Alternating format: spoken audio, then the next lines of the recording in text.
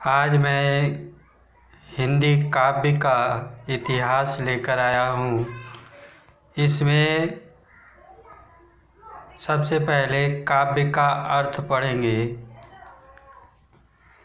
काव्य छंद के बंधन से युक्त वह लयात्मक साहित्यिक रचना है जो श्रोता या पाठक के मन में भावात्मक आनंद की उत्पत्ति करता है। प्रायः इसे कविता का पर्याय माना जाता है। काव्य के दो पक्ष विशेष होते हैं, एक भाव पक्ष और दूसरा कला पक्ष। काव्य का संपूर्ण वर्ण विषय भाव पक्ष के अंतर्गत आता है और वर्णन शैली कला पक्ष के अंतर्गत आती है।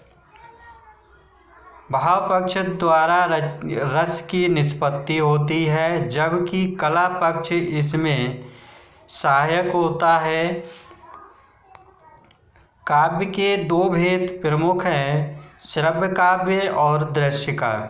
श्रव्य काव्य में रसानुभूति पढ़कर या सुनकर तथा दृश्य काव्य में रसानुभूति अभिनय और दृश्यों के माध्यम से होती है।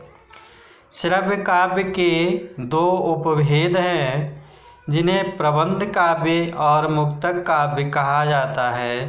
किसी कथा को आधार बनाकर की जाने वाली काव्य रचना प्रबंध काव्य कही जाती है। मुक्तक काव्य में स्वतंत्र रूप से किसी विषय को लेकर रचना की जाती है।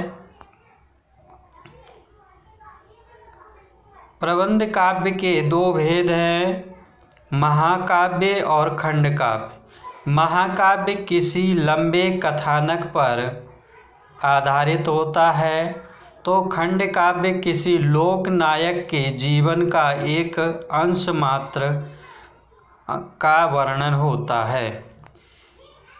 अब पढ़ेंगे हिंदी काव्य का इतिहास में हिंदी काव्य साहित्य का नामकरण, काल विभाजन इस प्रकार किया गया है कि आदिकाल 7वीं शताब्दी के मध्य से 14वीं शताब्दी के मध्य तक, सन 769 ईस्वी से 1343 ईस्वी तक का जो समय है वह आदिकाल माना जाता है।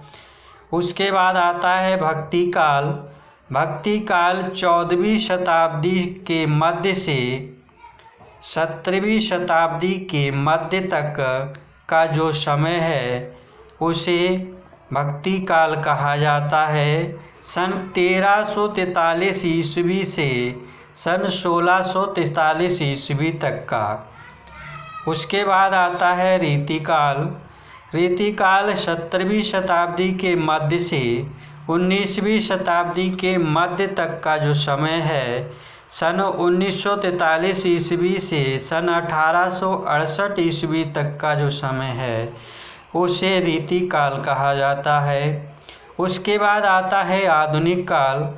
19वीं शताब्दी के मध्य से अब तक का जो समय है उसे आधुनिक काल कहा जाता है। सन 1868 ईस्वी से अब तक का जो समय है उसे आधुनिक काल के नाम से जानते हैं। अब इन कालों का जो वंश वृक्ष है वह दिखाते हैं आपको। ये इस प्रकार है। हिंदी काव्य साहित्य के विभिन्न कालों से संबंधित शाखाएं। सबसे पहले 4 शाखाएं बनी, जिनका ये इस प्रकार है: आदिकाल, भक्तिकाल, रीतिकाल और आधुनिक काल। आदिकाल में से कुछ नहीं निकला।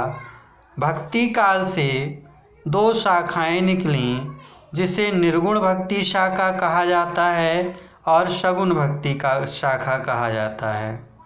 इसी प्रकार रीति काल से 2 शाखाएं निकलीं, जिन्हें रीतिबद्ध काव्य कहा जाता है और रीति मुक्त काव्य कहा जाता है। निर्गुण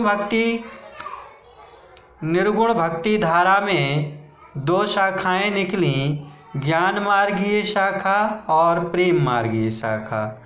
सगुण भक्ति शाखा में 2 शाखाएं निकली, राम भक्ति धारा और कृष्ण भक्ति धारा।